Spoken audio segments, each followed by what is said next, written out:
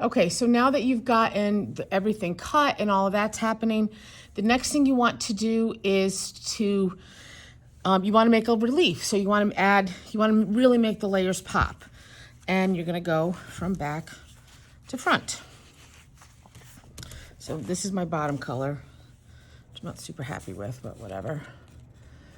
When you're doing this, please remember you need I'm gonna turn this over. You need way less glue than you think you do. So this is my bottom layer, but it's gonna go like that. Sorry, one of the buses is leaving. Okay, so you want to make sure that you've got even things happening. Number one, it's so much easier to use the glue by just using your fingers, okay? And you need way less glue than you think you do, okay? It's like I said, use your fingers. You're all washable. It's fine. And right now I'm gonna cut, you know, because this is a big sheet of paper, right? So a thin layer goes a lot farther and dries a lot faster and a lot more even. So you just need to put a thin layer.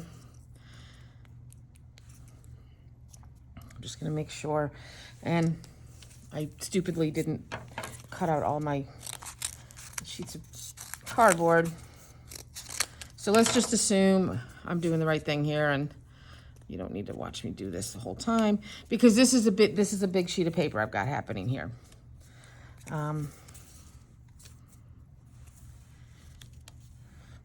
So forth and so on. So what I would then do after I got these on, you're gonna lightly put the glue on this part, the top of it, which will ultimately be the bottom actually, because remember we're working from the bottom layer up.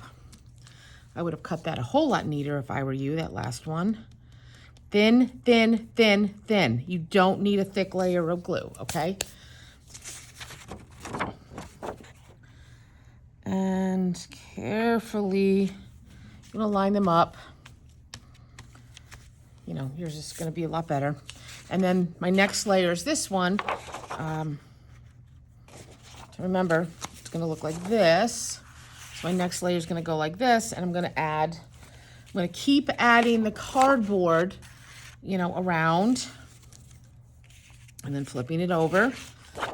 And so eventually it'll all have, and you can double up the cardboard. Maybe you want some of your layers a lot higher than the other ones. Maybe you really want this, maybe I want this to go a lot deeper, so maybe I want to do a double layer of cardboard. There's going to be some dry time happening. And then when you get to like your last piece here, you're going to be cutting thin layers. And you really want to make sure that you're covering a decent amount. You don't have to cover the entire part, but on this top one, I'd probably have 1, 2, 3 strips of cardboard, making sure that I'm getting those strips on. You want to make sure that it's going to have some stability to it. Okay, so the key is apply the glue with your fingers, okay? Because you want to have a thin layer. One, it dries a lot more consistently, and you don't get as many wrinkles and stuff like that. And remember, you can stack your cardboard a little bit higher. I would definitely have at least one layer of cardboard between each, because it is going to start to, you know, depending on how many layers of paper you have, it could be, you know, this high. It could be a good inch or two. Your relief is going to be really pop out. Alrighty?